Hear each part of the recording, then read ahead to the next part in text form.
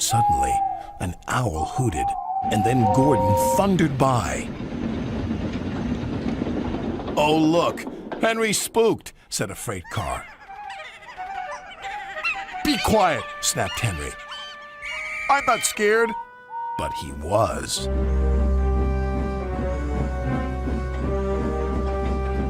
A little later, the fog came down. As they approached the same area, they saw the amber light again.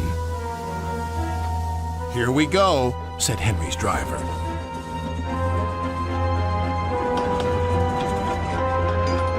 Then, unknown to Henry, the gates mysteriously closed by themselves, and the signal went red.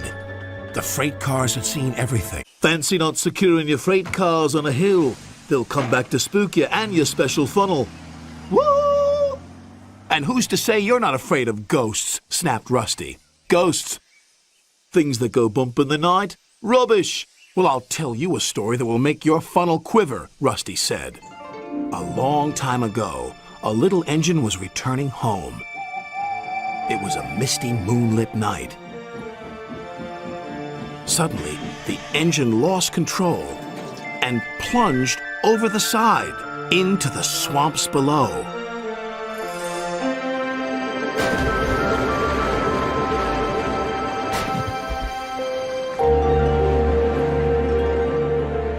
He was never found again.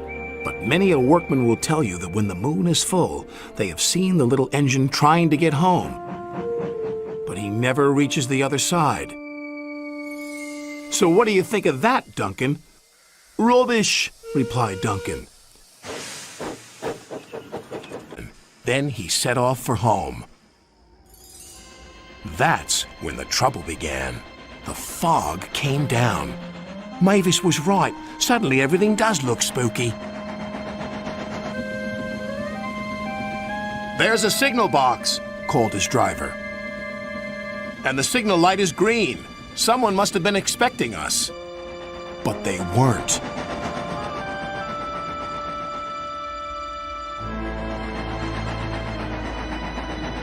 The points had been set in the wrong direction, but Stepney didn't realize this.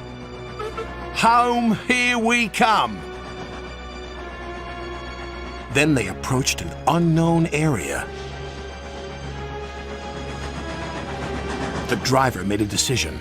"It's best if we rest here until the fog clears." "What are those strange sounds?" wondered Stepney. Then the fog slowly lifted. "Oh no! We're in the scrap yards!"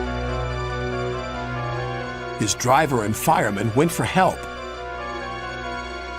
Stepney was all alone, but not for long. 2 diesels approached.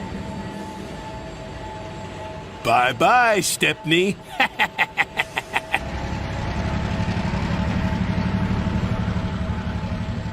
Stepney looked up. Above him was a huge grabber. "This engine's not for scrapping."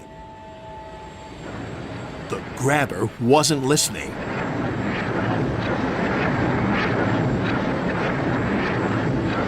But just as it was about to grab hold of him, it stopped.